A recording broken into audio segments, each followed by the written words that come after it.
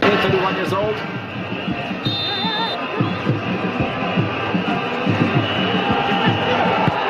Punched away by Kennedy Mwine. I think it was the right option. He was under a little bit of pressure. This should be an easier catch for the 31-year-old goalkeeper. Chisamba Lungu, Rainford Kalava in his favourite position out wide on the left-hand side. In fact, they switched around because Yari's Lungu. Lungu gets himself in his place, and I tell you what, Collins and Basuba was just about in a position to bury that. He's a predator of note. Collins Basuma. Ignore him at your own peril. Quite a young Cameroon side as well now, but a space here for Rainford Kalava! It's Basuma who will score! Wins the free kick, scores the goal. Zambia are in front. The predator of note that we spoke about. He just gets around there, sniffing for things to happen.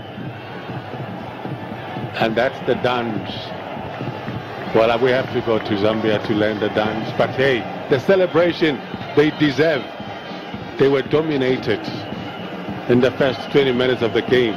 But what the intelligence as well. Collins Bensuma trying to ghost his way into the area. Boubacar is looking for something from the referees. I'm not sure if there's a handball in there. The penalty has been given very belatedly from Mr. Dudu. Must have been some consultation with his assistant. I think he did.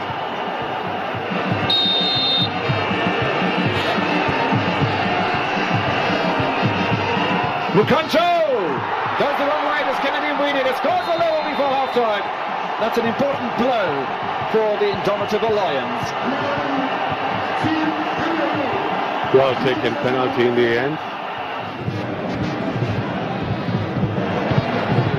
Challenges the number 10. Just a little sniping niggly challenge, but Boubacar's done quite well here. Gets the ball back from Mukancho. Good opportunity. The shot's gone wide. Not much.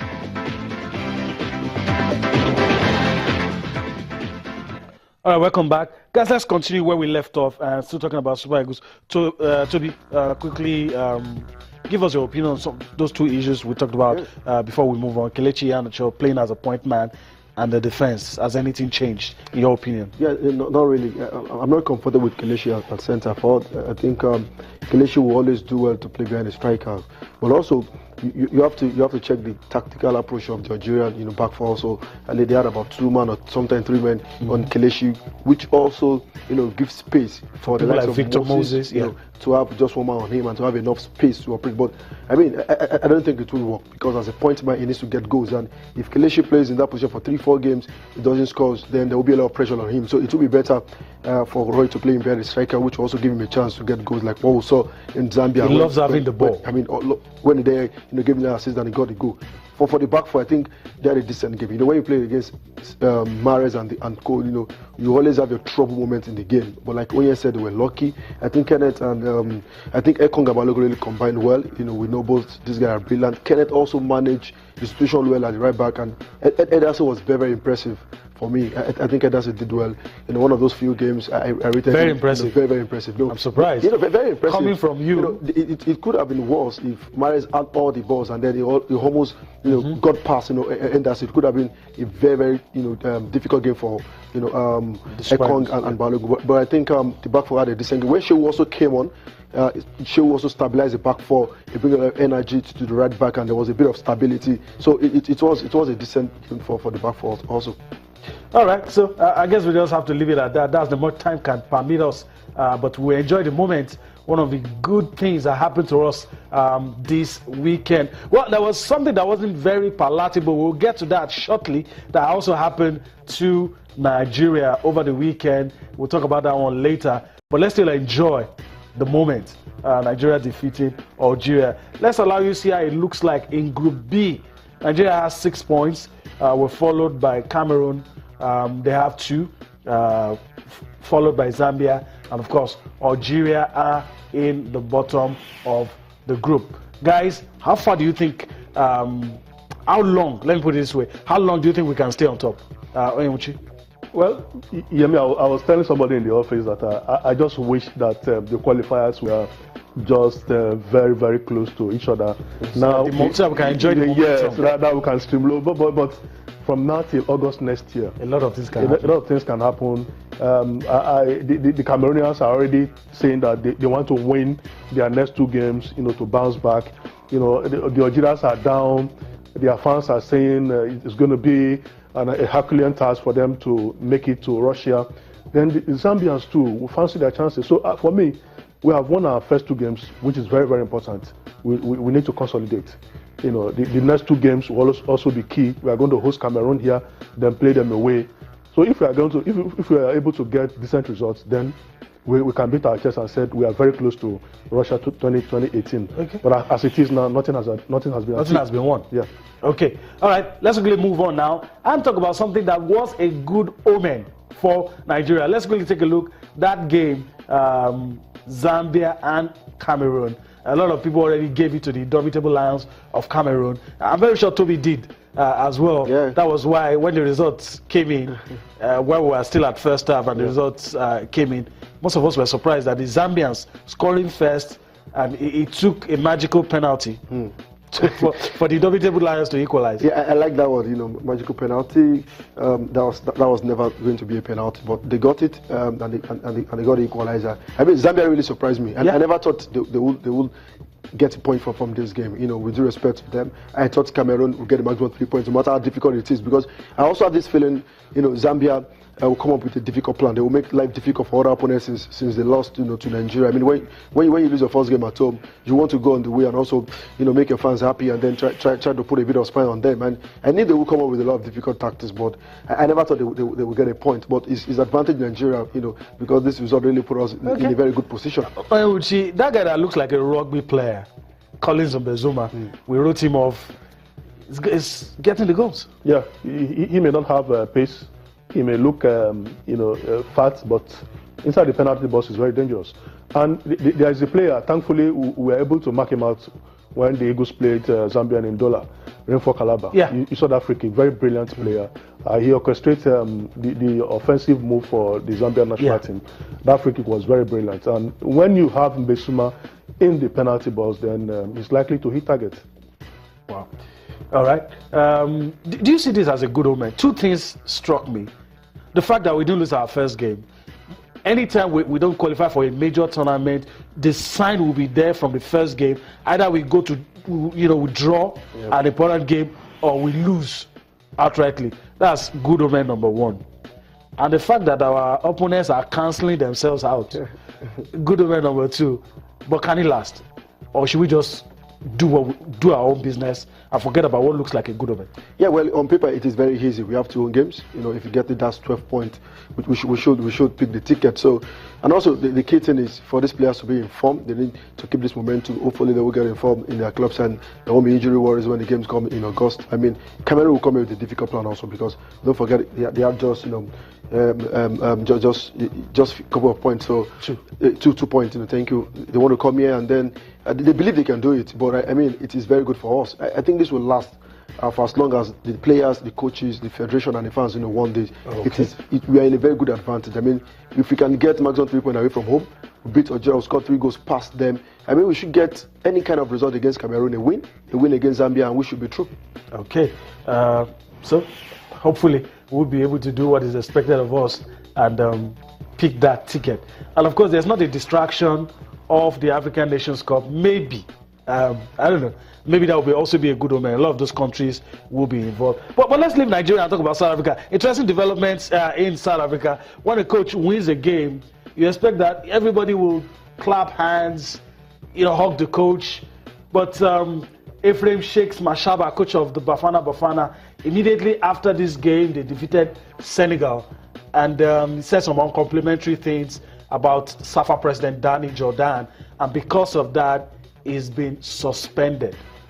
How long do you think? I mean, you look at this and you think maybe they're shooting themselves in the leg. I think there is no love lost between Mashaba and the South African Football Federation, Football Association. I beg your pardon. You may remember that there were this rumor that if in the event of losing that game against the Lions, or the Teranga Lions of Senegal, that he could lose his job. And you know the mentality of the local coach is not giving the necessary support like his foreign counterpart. Yeah. So he will feel let down. He will feel betrayed. I think in the heat of the moment, Mashaba had to, I learned he disrespected Danny Jordan. But for me, it should have been handled internally. You are going to play Mozambique tomorrow in a friendly. And the assistant coach will be in the charge. assistant coach will be in charge. You are doing well. You are doing well in the qualifier. So why will you suspend the coach? It's just an ego trip for me. If you ask me, I think it's ego trip. Mashaba has been under tremendous pressure, but he has been performing. The Bafana of South Africa have been playing good football. They pass the ball very quickly. They are very mobile, and they are scoring goals. So why will you suspend the coach? Should have been handled internally. I think another thing that could be responsible. Mashaba feels if he had lost that game, he would have been sacked right there on the spot. And that's why I said, I'm coming from the dead. But those comments, didn't go down well with his employers. I mean, sometimes, when you work, and there's a lot of pressure from the federation, sometimes the pressure might be pleasant. They want you to get results.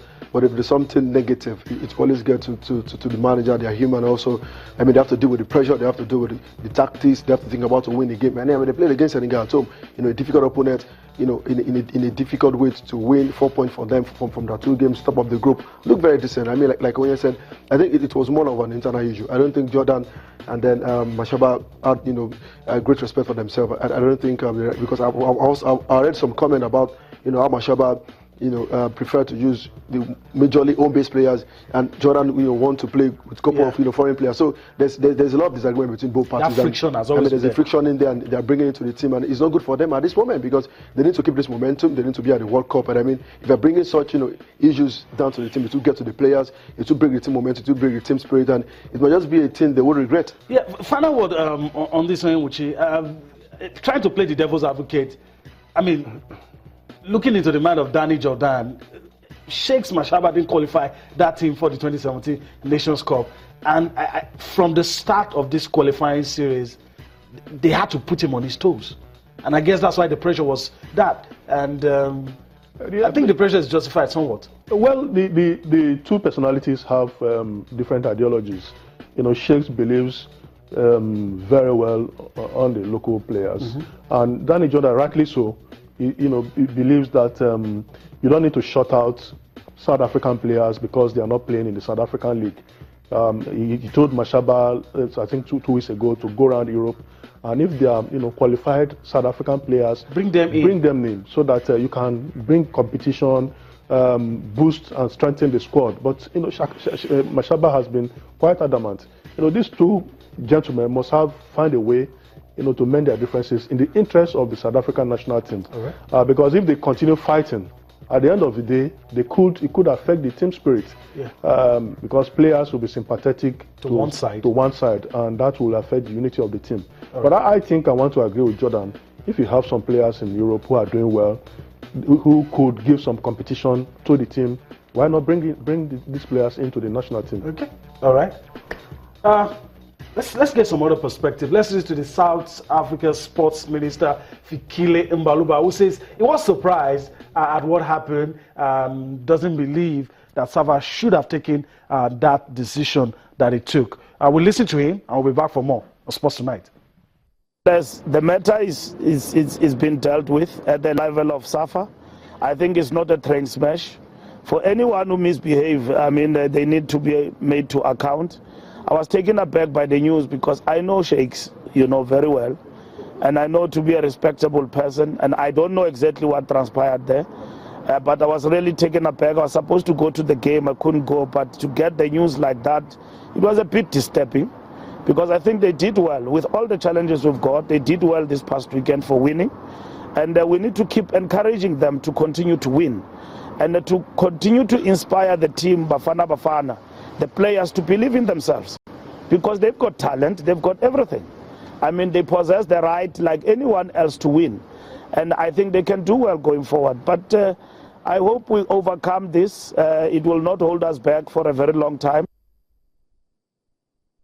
All right. South African Sports Minister Fikile Mbalula hoping that both parties will be able to mend fences, and of course it won't affect the senior national team.